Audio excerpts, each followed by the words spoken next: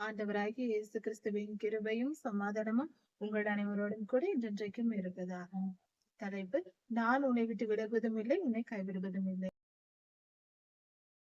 நம் மனித வாழ்க்கையையும் கர்த்தருடைய சித்தத்தையும் இந்த பூமியின் வரலாற்றையும் புரிந்து எதிர்காலத்தை அறிந்து தெரிந்து புரிந்து தெளிவானவர்களாய் வாழ்வோம். பரிசுத்த பாதையை தேர்ந்தெடுப்போம்.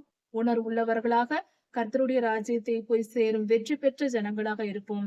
ஜெய கிறிஸ்துவின் பிள்ளைகளாக மாறி ஜெயம் பெறுவோம். நம் வாழ்வின் வெற்றி என்பது நித்திய ஜீவனை அடைவதே. அதற்கு ஆழமான சத்தியங்களை கற்றுக்கொள்வோம், உணர்வடைவோம், கர்த்தருக்கு கீழ்ப்படிவோம். கர்த்தருடைய கிருபையினால் கர்த்தருடைய ராஜ்யத்தை சுதந்திரித்துக் கொள்வோம். ஏசாயா 34 அதிகாரம் 1 முதல் 17 வசனங்கள் வரை. இந்த வேத பகுதியானது கர்த்தருடைய வருகையின் போது, இரண்டாம் வருகையின் போது என்னவெல்லாம் நடக்கும் என்று 2500 வருடங்களுக்கு முன்பாக ஏசாயா தீர்க்கதரிசியினால் உரைக்கப்பட்ட வசனங்கள் கொடுக்கப்பட்டிருக்கிறது. கர்த்தர் முதல் வருகைக்கு வருவதற்கு முன்பே இதை எழுதி கொடுத்திருக்கிறார்.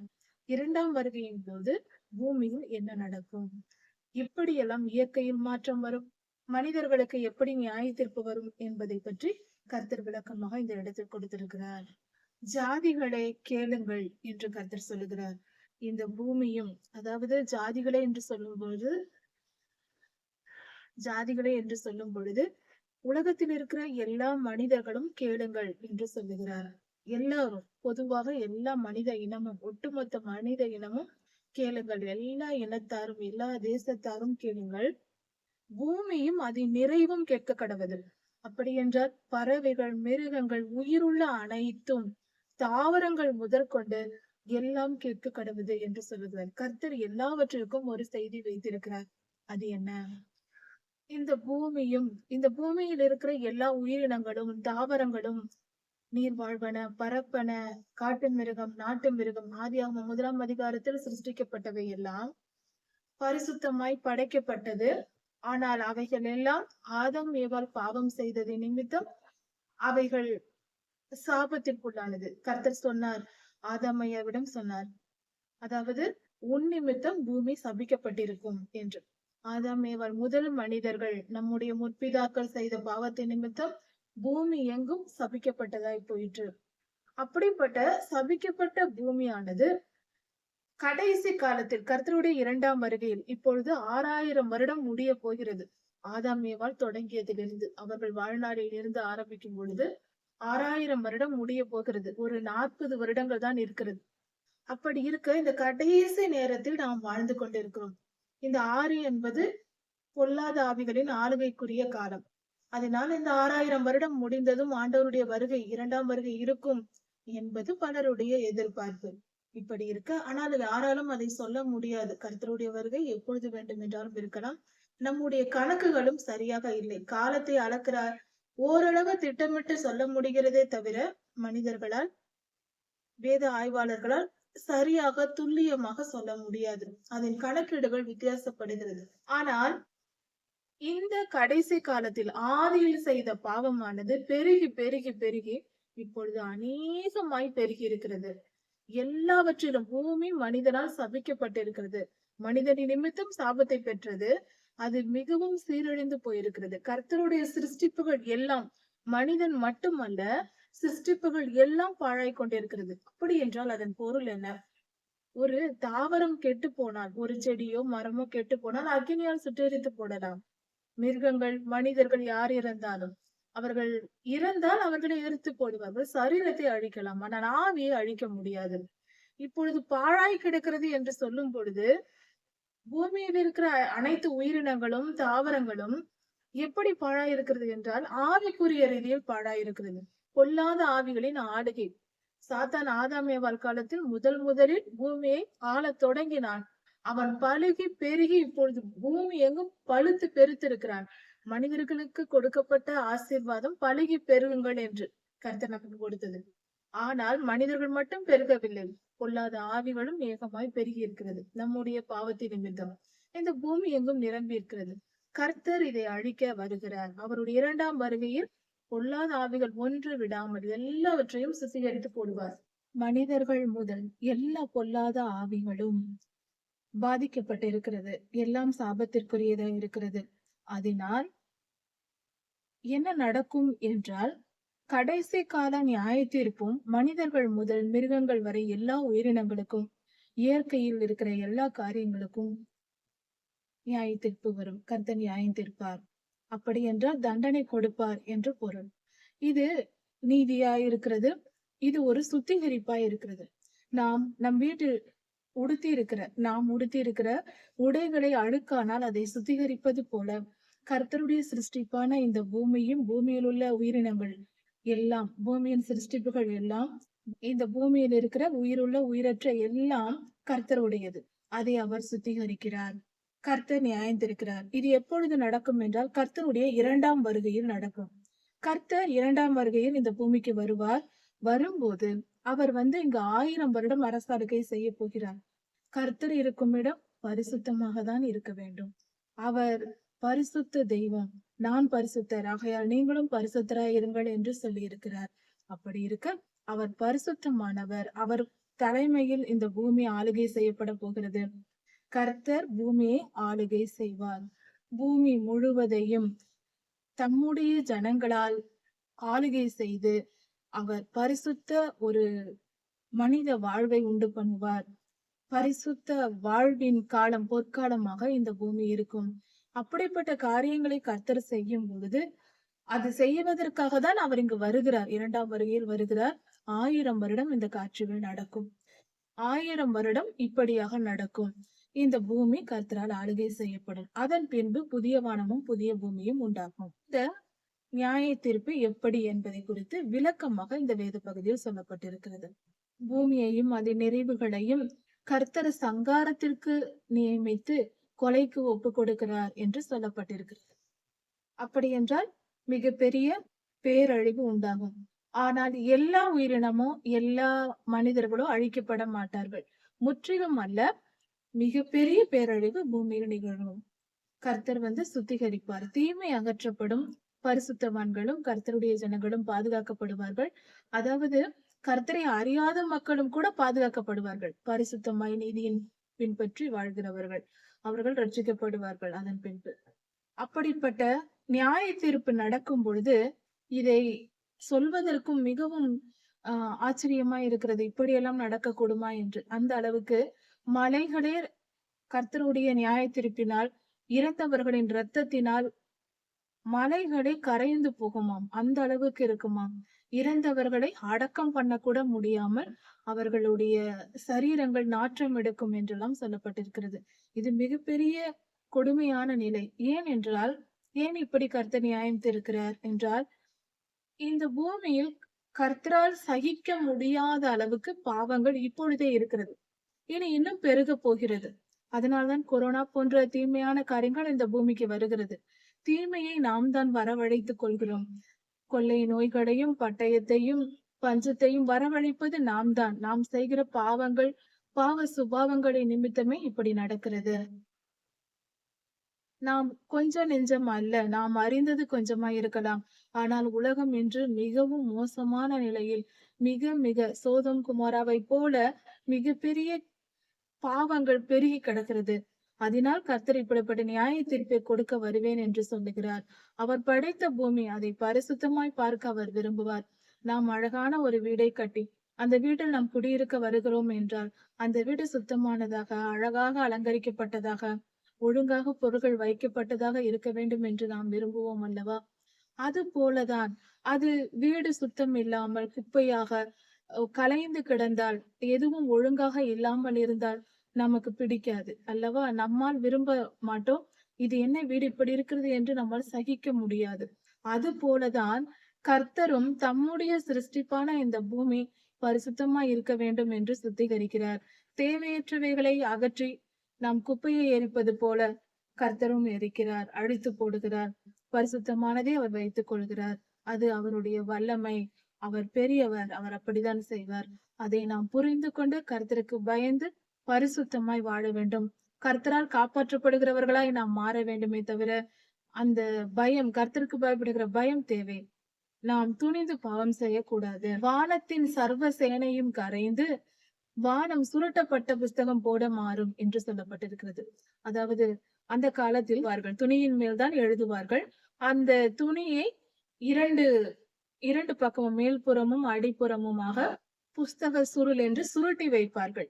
அதுபோல வானத்தை கர்த்தர் சுருட்டுவாராம். வானத்தின் சத்துவங்கள் அசைக்கப்படும். வெளிப்படுத்தல் 6ஆம் அதிகாரத்திலும் இப்படிப்பட்ட காரியங்கள் சொல்லப்பட்டிருக்கிறது. 2 இடங்களிலும் சொல்லப்பட்டிருக்கிறது. கடைசியில் இப்படி நடக்கும். வானம் சுருட்டப்பட்ட புஸ்தகம் போல் விலகி போகும். அதாவது ஒரு பேப்பரை சுருட்டி வட்டமாக நாம் சுருளாக சுருட்டி கொண்டே வந்தால் நாம் ஸ்கிரால் செய்வோம் அல்லவா? அப்படி சுருட்டி வந்தால் எப்படி இருக்குமோ அது போல வானத்தை சுருட்டி போடுவாராம். வானத்தில் இருக்கிற சத்துவங்கள், வானத்தின் சர்வ சேனையும் கரைந்து போகும் என்று சொல்லுகிறார்.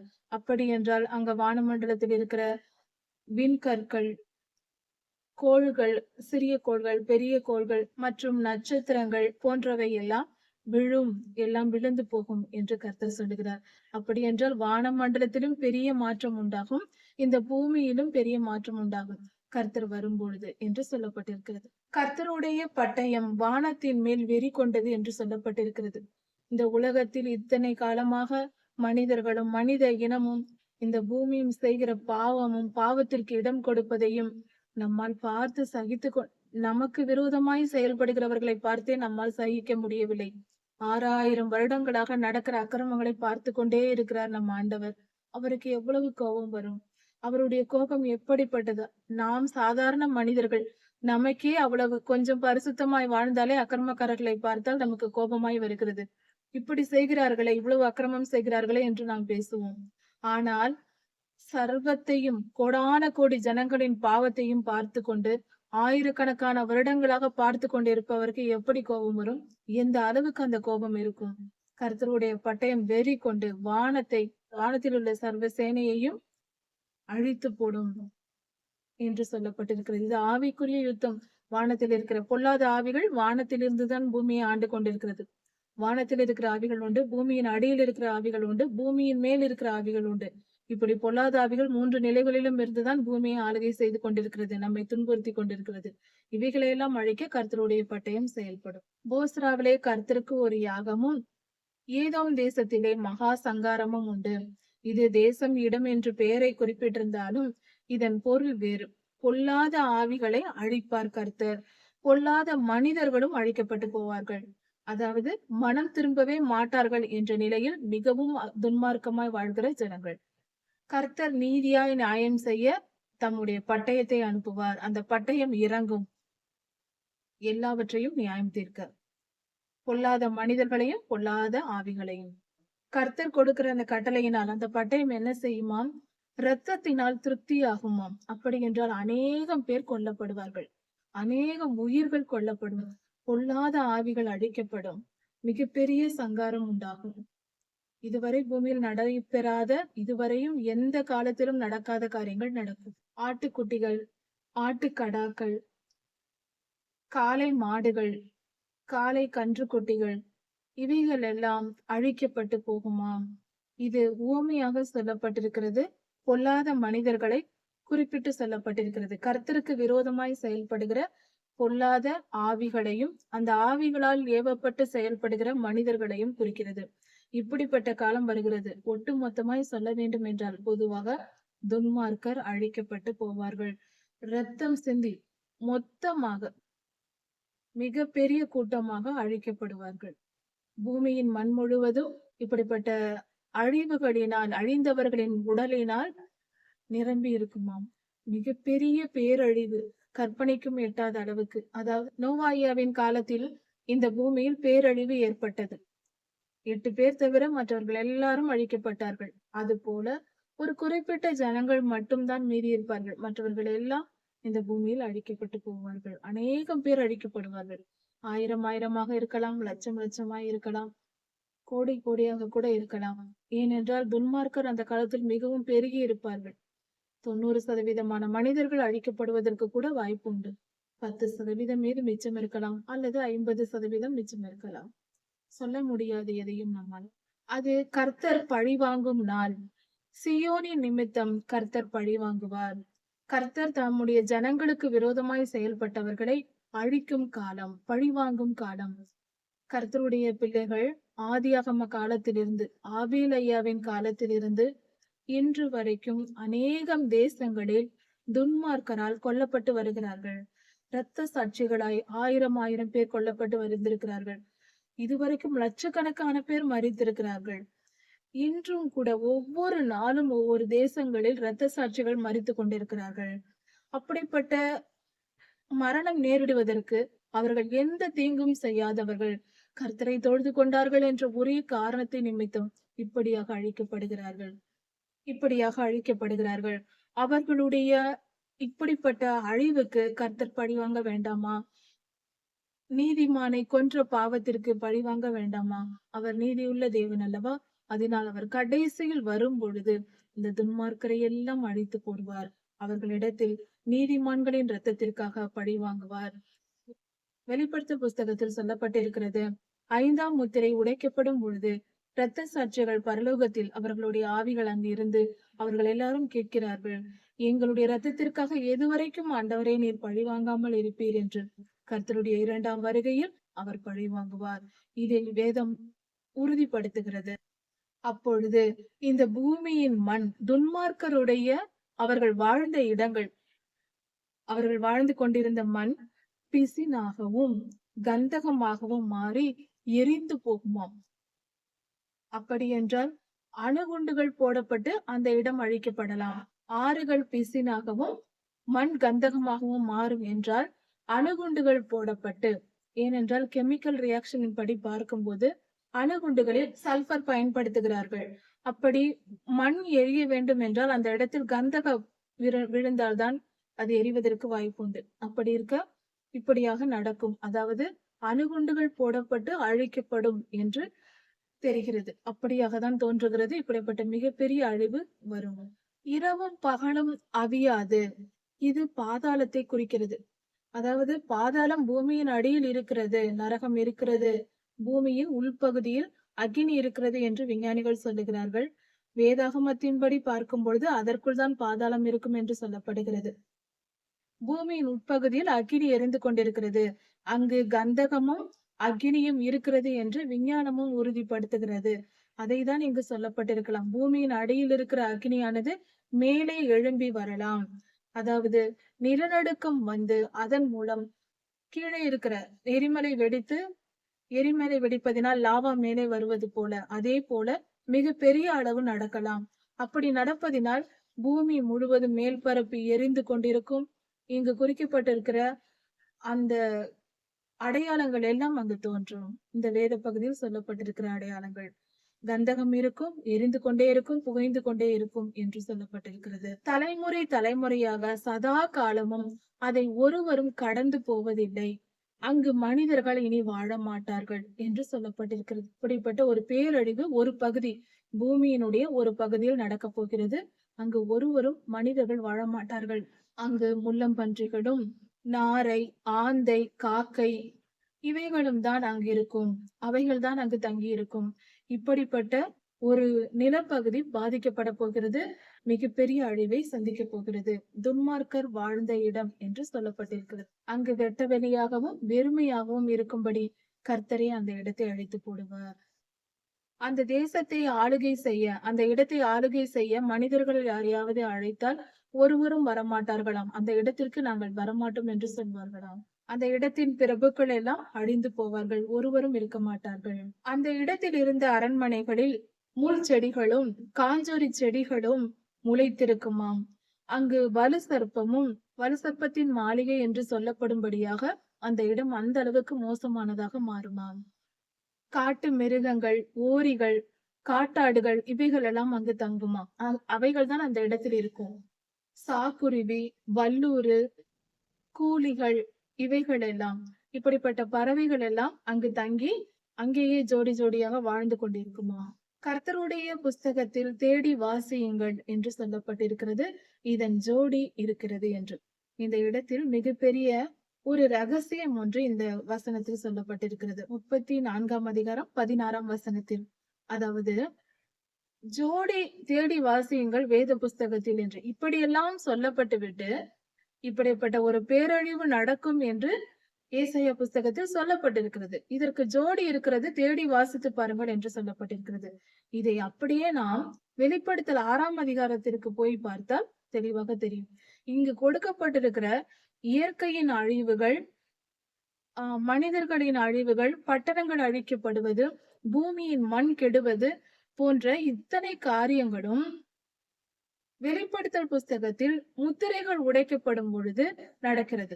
மற்ற எல்லா நியாய தீர்ப்புகளின் முடிவிலும் பார்த்தால் இப்படிதான் இந்த பூமி மாறி இருக்கும். இவ்வளவு தெளிவாக சொல்லப்பட்டிருக்கிறது. வேதத்தில் கர்த்தர் எந்த காரியத்தை கொடுத்து எப்பொழுதும் வேத பகுதியில் ஒரு வசனத்தை மட்டும் வைத்து நாம் அதை முடிவு செய்யக்கூடாது. எந்த காரியத்தை குறித்தும் 2 அல்லது 3 முறை கர்த்தர் சொல்லுவார். அதை வைத்துதான் நாம் புரிந்து கொள்ள வேண்டும். நாம் அதை சாட்சியாக எடுத்துக்கொள்ள வேண்டும். இப்படி பார்க்கும்பொழுது இதற்கு ஜோடி இருக்கிறது, தேடி வாசியுங்கள் என்று இந்த இடத்தில் சொல்லி இருக்கிறார்.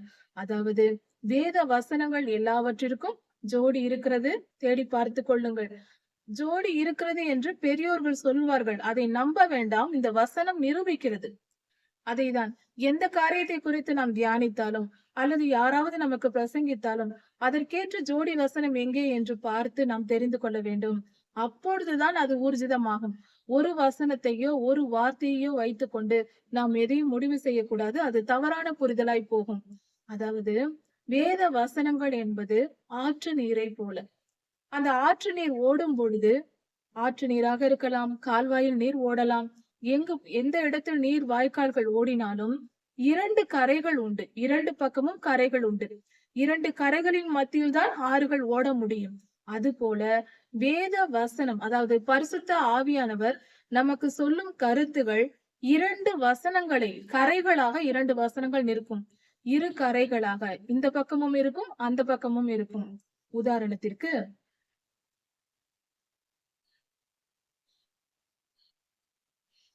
பரிசுத்த ஆவியானவர் சொல்லும் கருத்து, கர்த்தர் 2ஆம் வருகையில் வரப்போகிறார் என்றால் 2 இடங்களில் சொல்லப்பட்டிருக்கும். 2 விதமாக சொல்லப்பட்டிருக்கும். இப்படி நாம் அந்த 2 காரியத்தையும் வைத்து பார்க்கும்போது நடுவில் உள்ள அதன் பொருள் புரியும். இதுதான் தண்ணீர் ஓடுவது போல, வாய்க்கால் ஓடுவது போல. இப்படியாக கர்த்தர் நமக்கு வெளிப்படுத்துவார் என்ற விஷயத்தையும் இந்த வேத பகுதியில் சொல்லப்பட்டிருக்கிறது. நீங்கள் தேடி வாசியுங்கள், ஜோடி கிடைக்கும் என்று. இது வெளிப்படுத்தல் புஸ்தகத்தில் இருக்கிறது. இன்னும் பல இடங்களில் இருக்கிறது. கடைசி கால நிகழ்வுகள். கர்த்தருடைய வாயே இதை சொல்லிற்று, அவருடைய ஆவி இதை சேர்க்கும். கர்த்தருடைய வார்த்தை இது. பரிசுத்த ஆவியானவரே நமக்கு இது சொல்லும் காரியம். அதனால் அவருடைய வார்த்தைகளை நாம் கேட்டுக்கொள்ள வேண்டும். இது 100% அல்ல, முழுமையாக கணக்கெல்லாம் போட முடியாது. முழுமையான சத்தியம். இப்படிப்பட்ட பேரழிவுகள் எல்லாம் நடக்குமா? அப்படியெல்லாம் நடக்காது. பூமிக்கு அழிவெல்லாம் வராது, மிகப்பெரிய தீங்கெல்லாம் வராது என்று யாராவது சொன்னால் நம்ப வேண்டாம். நடக்கும் என்று கர்த்தர் சொன்னால் நடக்கும். அதற்கு ஆதாரம் 2 இடங்களிலும் இருக்கிறது. வெளிப்படுத்தல் புஸ்தகம் முழுவதும் 6ஆம் அதிகாரம் முதல் நியாய தீர்ப்பு கொடுக்கப்பட்டிருக்கிறது. இந்த வேத பகுதி 34ஆம் அதிகாரம் ஆகிய இந்த ஏசாயா புஸ்தகத்திலும் கொடுக்கப்பட்டிருக்கிறது. 2 சாட்சிகளே இது இப்பொழுது இருக்கிறது. இன்னும் அநேக சாட்சிகள் வேத புஸ்தகத்தில் உண்டு. இப்படிப்பட்ட நிகழ்வுகள் நடக்கத்தான் செய்யும். கர்த்தர் நியாயத்திற்கு வருகிறார்.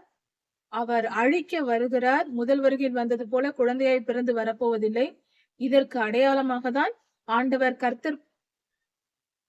கர்த்தர் பண்டிகை ஆசரிப்புகளை கொண்டாட சொன்ன போது 7ஆம் மாதம் 10ஆம் தேதி பாவ நிவாரண நாள் என்ற ஒரு நாளை ஆசரிக்கும்படி சொன்னார். அந்த நாள் எதற்கு ஓமையாக சொல்லப்பட்டிருக்கிறது என்றால், கர்த்தர் 2ஆம் வருகையில் வந்து இந்த பூமியை நியாயம் தீர்ப்பார், துன்மார்க்கருக்கு அழித்து போடுவார், ரத்தம் சிந்துதல் உண்டாகும் என்பதற்கு அடையாளம்.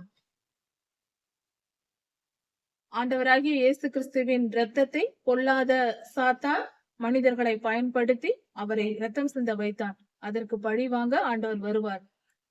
2ஆம் வருகையில் அதே மனிதர்களை பயன்படுத்தி துன்மார்க்கரை அவன் பிடித்து வைத்திருக்கிறவர்களை எல்லாம் கொன்று அழித்து போட்டு அவனை பாதாளத்தில் அடைத்து போடுவார். அந்த நிலப்பகுதியில் இருக்கிற மிருகங்கள் எல்லாம், மனிதர்கள் இருக்க மாட்டார்கள், அழிக்கப்பட்ட அந்த பகுதியில் மிருகங்கள் எல்லாம் இருக்கும்.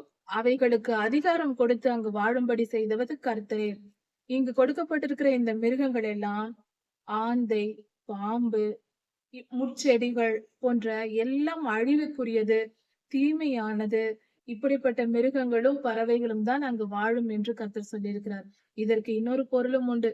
பொல்லாத ஆவிகள் தான் அங்கு தங்கி இருக்கும். இதற்கு இன்னொரு பொருளும் உண்டு. அது என்னவென்றால் இது பாதாளத்தையும் குறிக்கிறது. 2 பொருள் உண்டு. பூமியிலும் இப்படிப்பட்ட நிகழ்வு ஏற்படும். பாதாளத்திலும் இது கொண்டு போய் எல்லா ஆவிகளும் பொல்லாத மிருகங்கள் என்று சொல்லுவது பொல்லாத ஆவிகள். இவைகள் எல்லாம் பாதாளத்தில் அடைக்கப்படும் என்று வெளிப்படுத்தல் புஸ்தகத்தில் நேரடியாக சொல்லப்பட்டிருக்கிறது. இந்த வேத பகுதியில் உவமையாக சொல்லப்பட்டிருக்கிறது. இதில் பல பொருள்கள் உண்டு. இதை நாம் விசுவாசிப்போம், ஏற்றுக்கொள்வோம். கர்த்தருடைய வார்த்தையை ஆழமாய் தியானிப்போம். நம் மனித வாழ்க்கையையும் கர்த்தருடைய சித்தத்தையும் இந்த பூமியின் வரலாற்றையும் புரிந்து எதிர்காலத்தை அறிந்து தெரிந்து புரிந்து தெளிவானவர்களாய் வாழ்வோம். பரிசுத்த பாதையை தேர்ந்தெடுப்போம். உணர்வுள்ளவர்களாக கர்த்தருடைய ராஜ்யத்தை போய் சேரும் வெற்றி பெற்ற ஜனங்களாக இருப்போம். ஜெய கிறிஸ்துவின் பிள்ளைகளாக மாறி ஜெயம் பெறுவோம். நம் வாழ்வின் வெற்றி என்பது நித்திய ஜீவனை அடைவதே. அதற்கு ஆழமான சத்தியங்களை கற்றுக்கொள்வோம், உணர்வடைவோம், கர்த்தருக்கு கீழ்ப்படிவோம். கர்த்தருடைய கிருபையினால் கர்த்தருடைய ராஜ்யத்தை சுதந்திரித்துக் கொள்வோம். கர்த்தர் உங்களை ஆசீர்வதிப்பாராக. இதன் தொடர்ச்சியை அடுத்த செய்தியில் பார்க்கலாம். மாரநாதா.